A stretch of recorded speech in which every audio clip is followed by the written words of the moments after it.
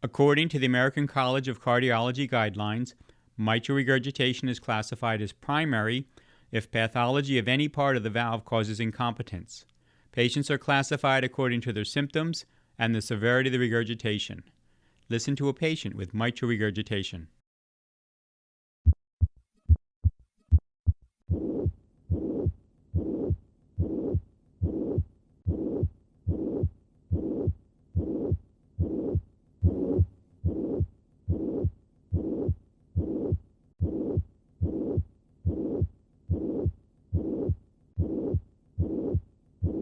Mitral valve prolapse is the most common cause of primary mitral regurgitation in developed countries. A click may introduce the murmur of mitral valve prolapse, which then extends to the second heart sound. Listen to a patient with mitral valve prolapse.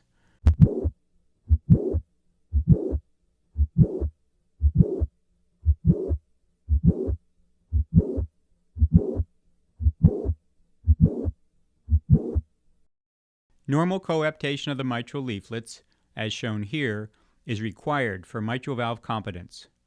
In secondary mitral regurgitation, the valve is normal, but the regurgitation is due to another disease, such as left ventricular dysfunction, related to coronary artery disease, or non-ischemic cardiomyopathy.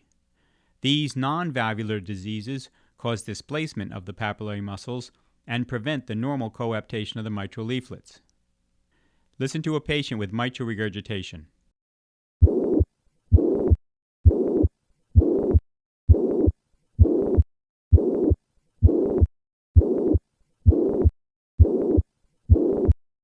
Patients with secondary mitral regurgitation often do worse with the same degree of regurgitation than patients with primary mitral regurgitation. There are many reasons for this difference, including progression of the underlying left ventricular disease and/or adverse remodeling of the ventricle. A third heart sound may sometimes accompany mitral regurgitation. Listen to a patient with mitral regurgitation and a third heart sound. I will begin with 3 normal beats, and then add the third heart sound, and finally the murmur.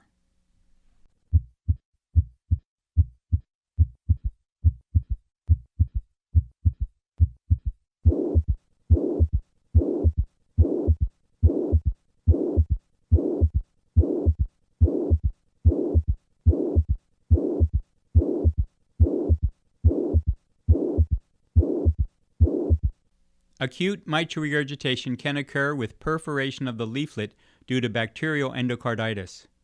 In some cases, acute mitral regurgitation may produce a decrescendo murmur as the pressures in the left atrium and ventricle equalize towards the end of systole. Listen to the murmur of acute mitral regurgitation.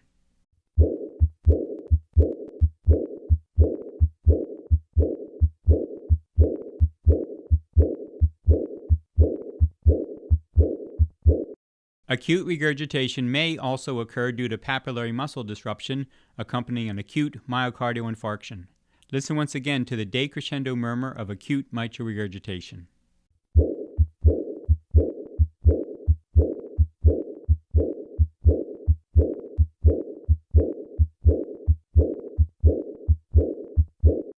When mitral regurgitation occurs in the setting of severe left ventricular dysfunction, there may be both a third and a fourth heart sound. These patients often have class 3 or 4 heart failure. Listen to a patient with mitral regurgitation and both a third and fourth heart sound. I will begin with 3 normal beats, and then add the third heart sound, and then the fourth heart sound, and finally the murmur.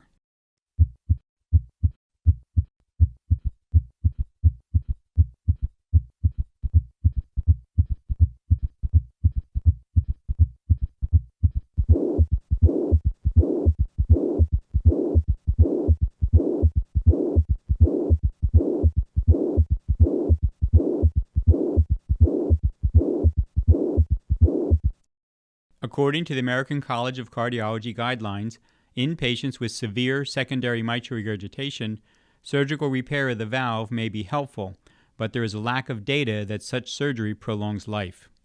Definitive answers to this question must await randomized clinical trials. Listen once again to a patient with mitral regurgitation and a third and fourth heart sound.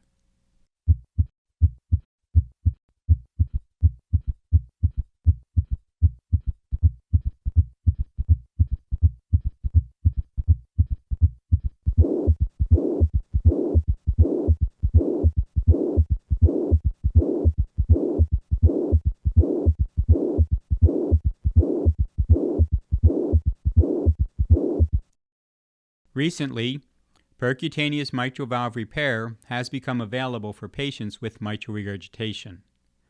This technology reduces mitral regurgitation by inserting a clip on the edge of the two leaflets, thereby decreasing the amount of regurgitation. This method is very promising for patients with suitable anatomy who are at high risk for surgery. Further evidence from clinical trials will help to determine the right place for this technology in the treatment of mitral regurgitation. Listen once again to a patient with a third heart sound and mitral regurgitation.